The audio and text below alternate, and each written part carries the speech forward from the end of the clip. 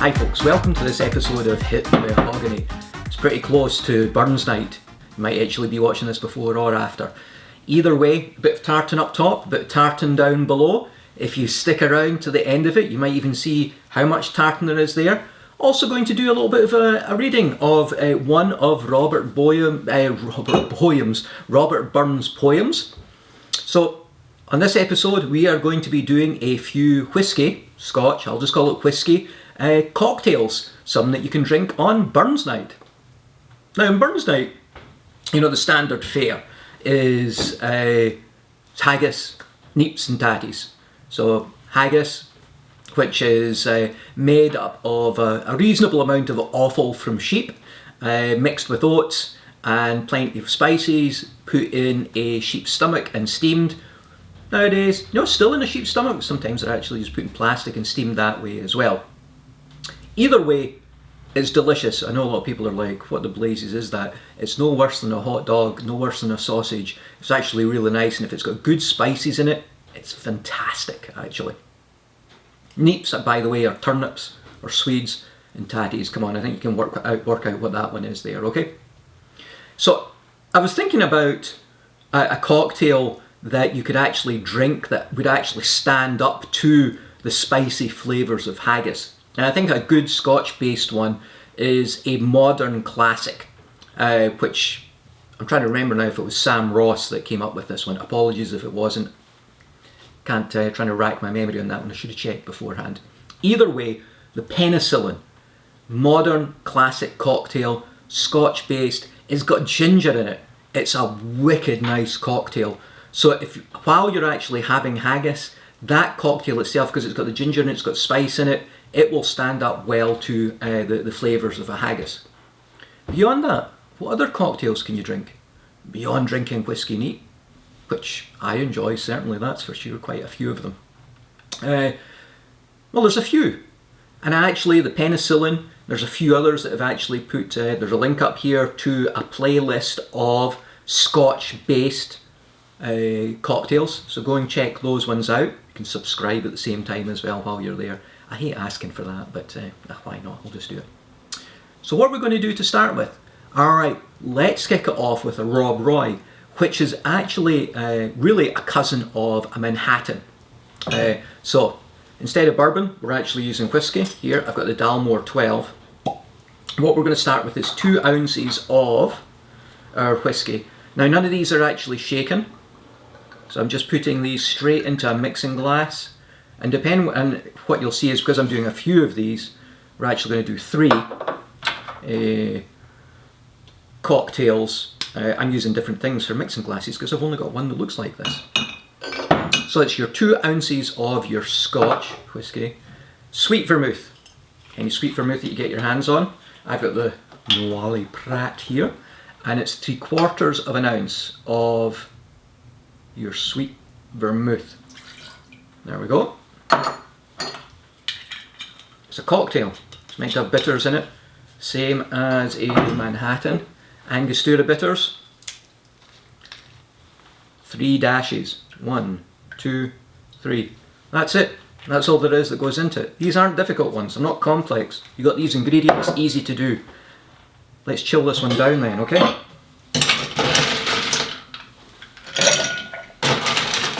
Plenty of ice in there. You want to chill it down as quickly as possible without diluting too much. And give this one a little stir.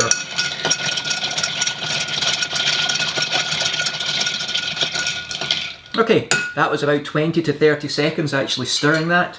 It's going to be nice and chilled. Alright, I'm going to go strain this out into your cocktail glass, whatever you have at hand. It's a great looking colour, this one as well. Now, these are pretty big glasses, but of course, as you saw there wasn't too much spirit in that one. If you want to, you can increase it. As long as you keep the ratios the same, then the cocktail will stay the same and it will remain balanced. Garnish. Can anybody guess what it is? There we go. Luxardo. You want to use maraschino. Luxardo chilies. Hey, chilies? Cherries. God, I'm off tonight. Alright. And there we have it. There is our Rob Roy. Alright, let's give this one a taste then. Alright.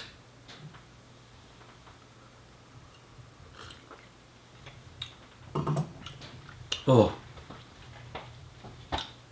Simple. Straight up. I don't mean straight up in the way you serve the drink. The whiskey's coming through. I've actually used the Dalmore itself. It's pretty...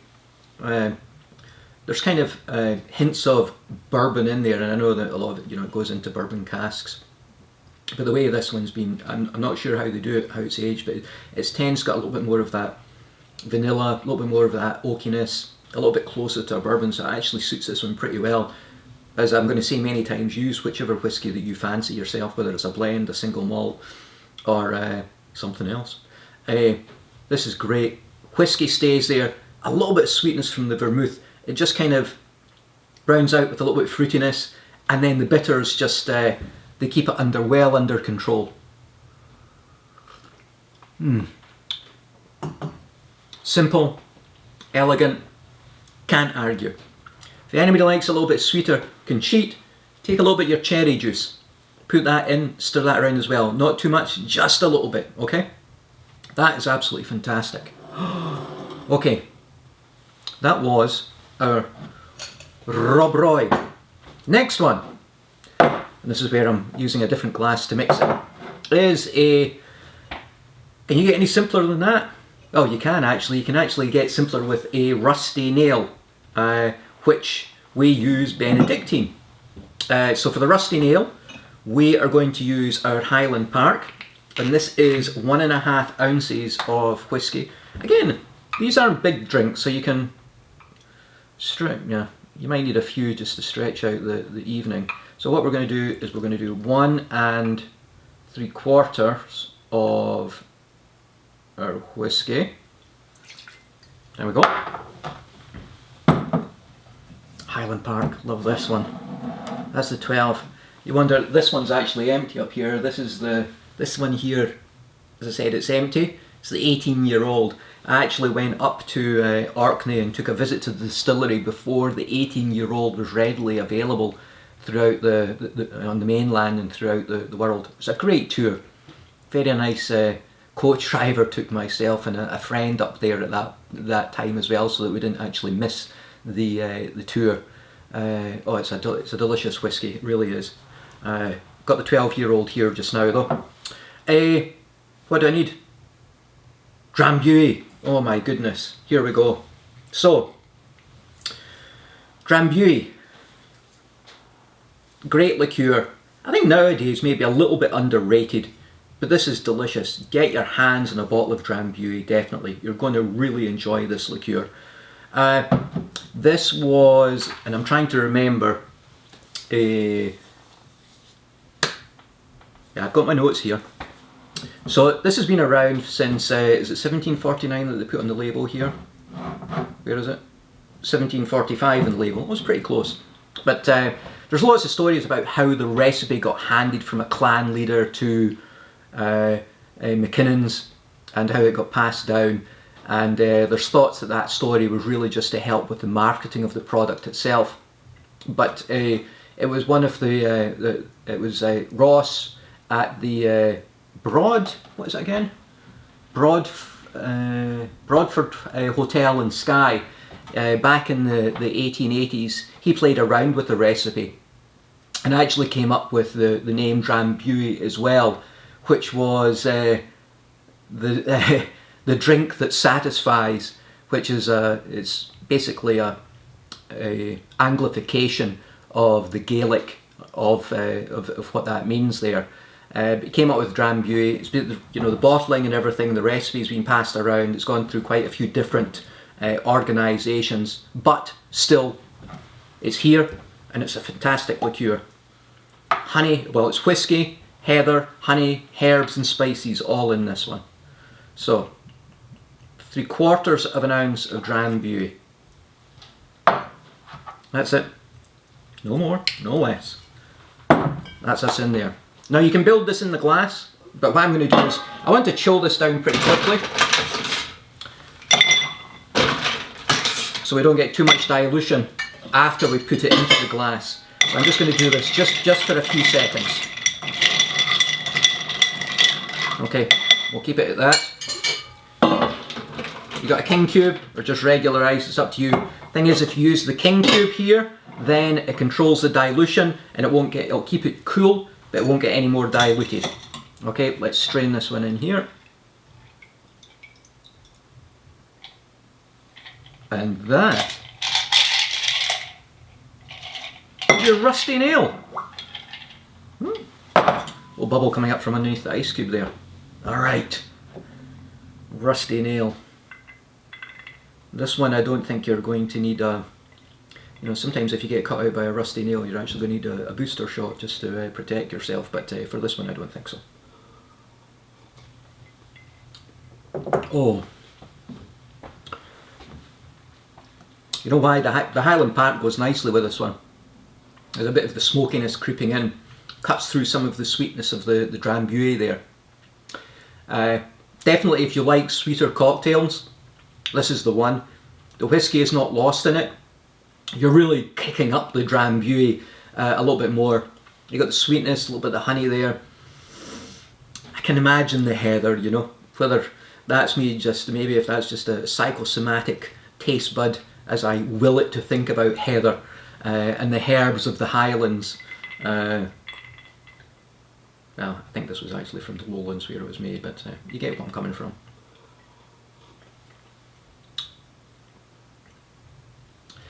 It's fresh, actually. There's a greenness about it, like fresh cut grass. I don't mean that like a chartreuse style way. It's just nice. It's just delicious. Really is. Rusty nail. Quick and easy. Alright, last one. Not quite the last one, there's one at the very end. Which would be the last one, wouldn't it? That's like me saying, like a football game's like a game of two halves. I mean a football game, the one where you use your feet. Alright, last one. What are we going to do? Bobby Burns. Alright, I'm out of mixing glasses. Here we go. For this one, we are going to go to our 12-year-old Glenfarclas. And again, we have, this time though, it's only 1 ounce. A second here. Rid of that. 1 ounce of whiskey.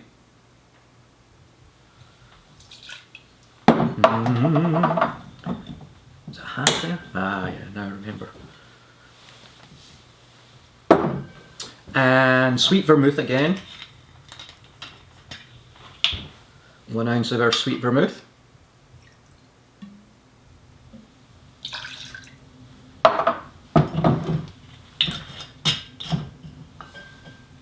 Going back to France again, Benedictine. Half ounce of Benedictine. There we go.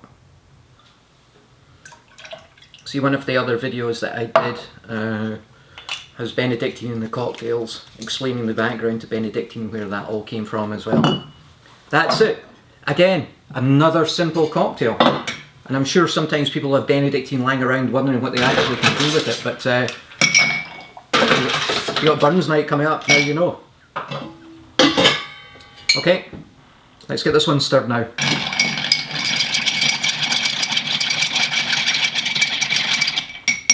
Alright, that'll do us. Another cocktail glass. Need plenty of those around. Strainer. What have I done with it? Oh, here we go. Alright.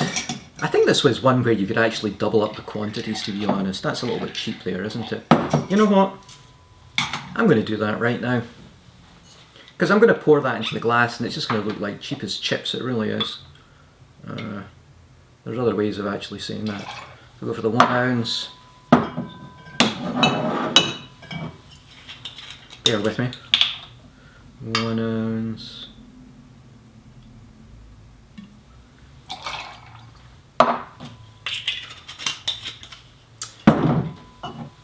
Another 3/4 of our Benedictine. A little bit too much. Won't put all that in there. Give us another quick stir.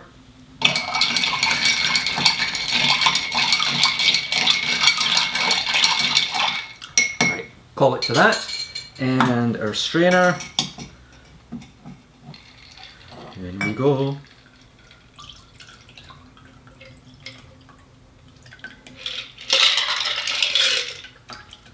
Of course, depending on the size of your glasses, you can probably get away with that smaller measure of it. But these ones are pretty decent size. These are, if I remember correctly, I think they're 6-ounce ones. So a good amount in there. Oh dear, that's catching up with me already. What do you want for this one? Lemon twist. You want to brighten this one up a little bit, okay?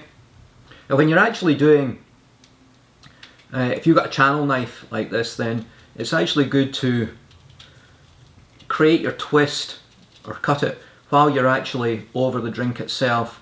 It's amazing how much of the oils spray out. There's actually a little puff that came out there. Okay. You should see all the fruit in the house, whether it's oranges, grapefruit, lemons, limes.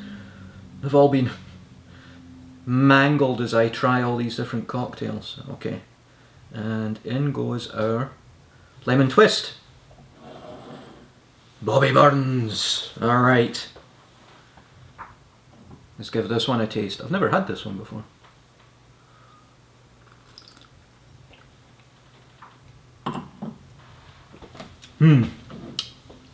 Wow. That's an interesting one, definitely. It needs the lemon in there to cut it. You could probably, I think if you have a larger piece of lemon, maybe actually express it, kind of squeeze, twist oils over it. I think it needs a little bit more of that to cut through some of the sweetness in there. I think that would help this one greatly. As it stands though, let me have another little taste. Sweet. The whiskey's there, but because we have so much sweet vermouth and we've got the Benedictine in there, it kind of sits at the bottom. You definitely know it's a whiskey cocktail. Very mellow actually. Let's call it a mellow one, because you've got so much of the vermouth's quite a large measure in relative terms. It takes a lot of that cut out. But I think, as I said before, it just needs a little bit more of a twist of a lemon in there just to get more of that acid in there to cut through everything.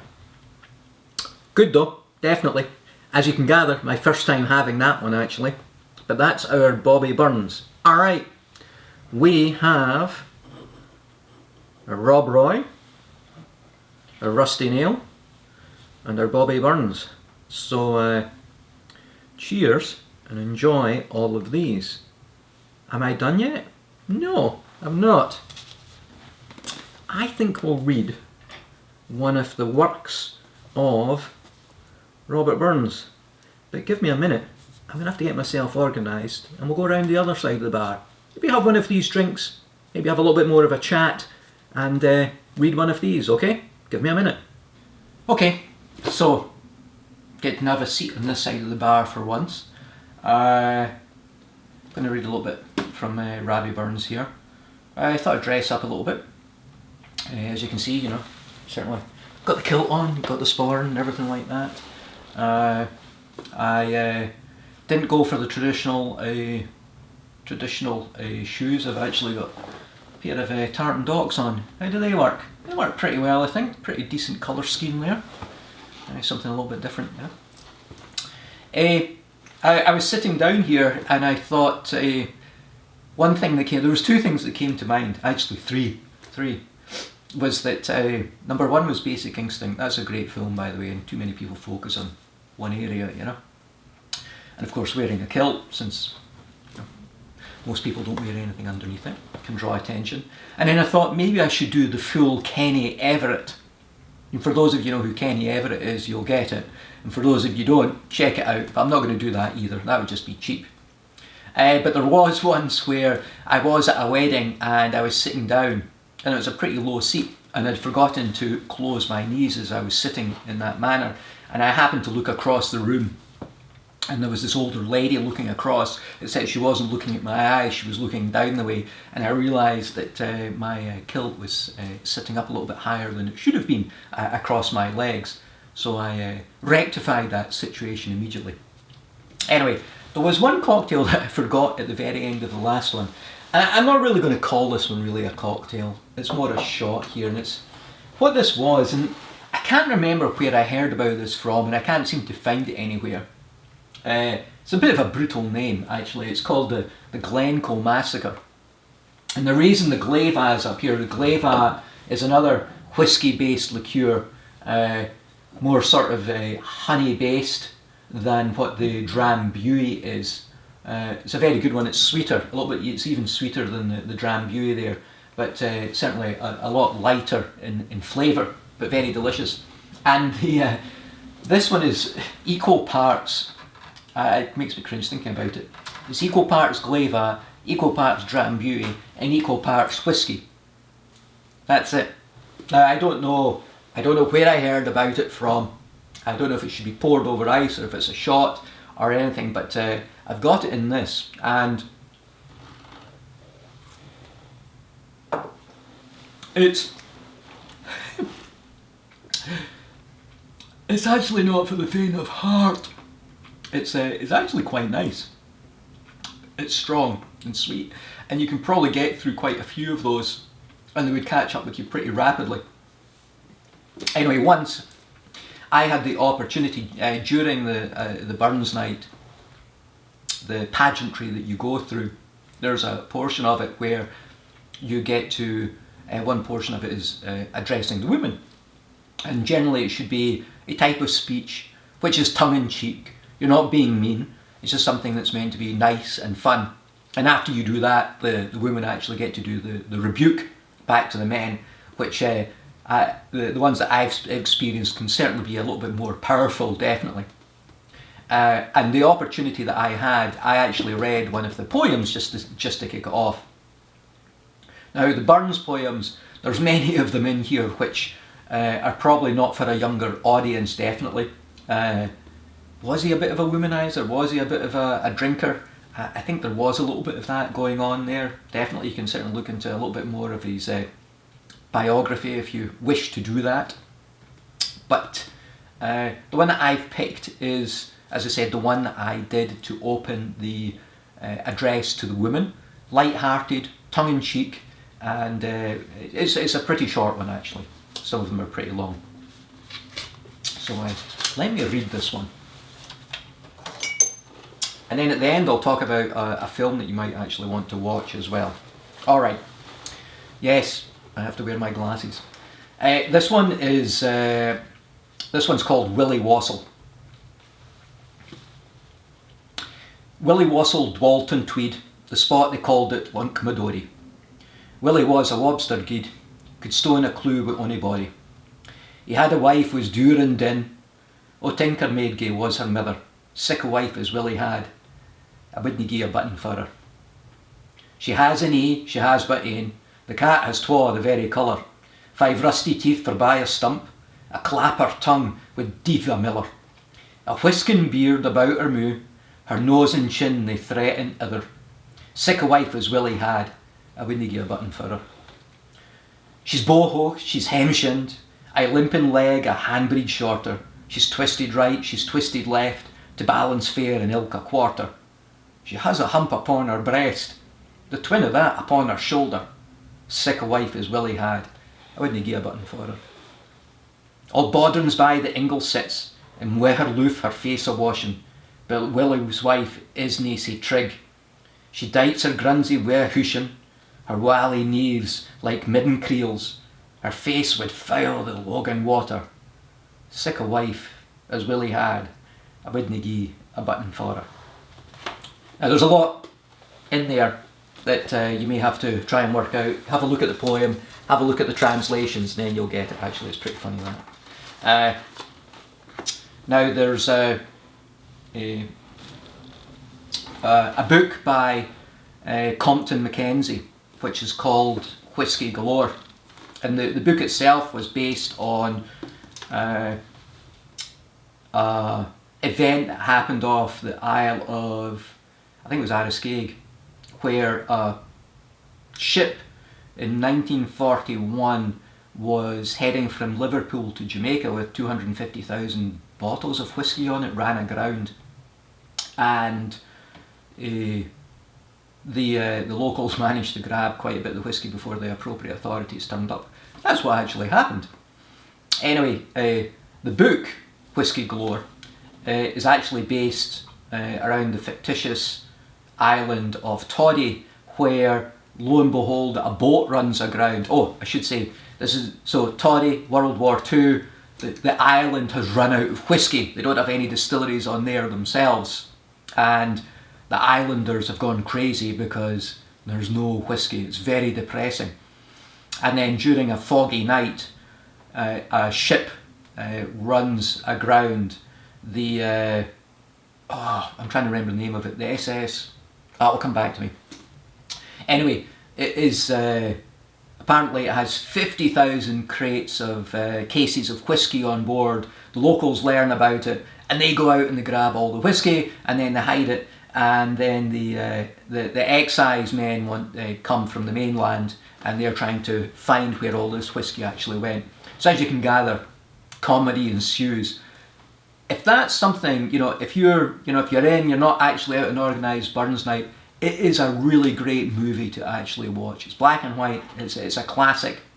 There was a follow-up to that, Rockets Galore. Not quite as good. And I do know that they remade Whisky Galore in 2016. I have not seen that one. But go back to the original. It's fantastic.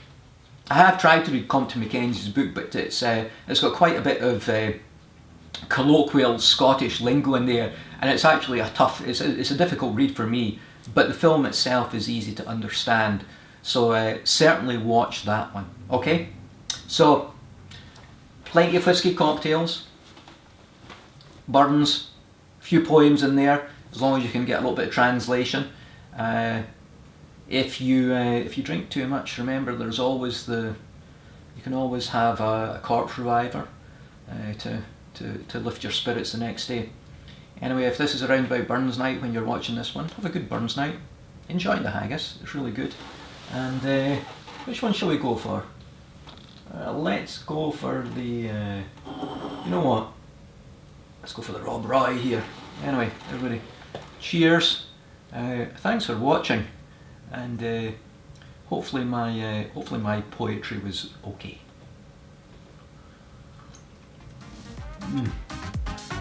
I like that. Alright, cheers.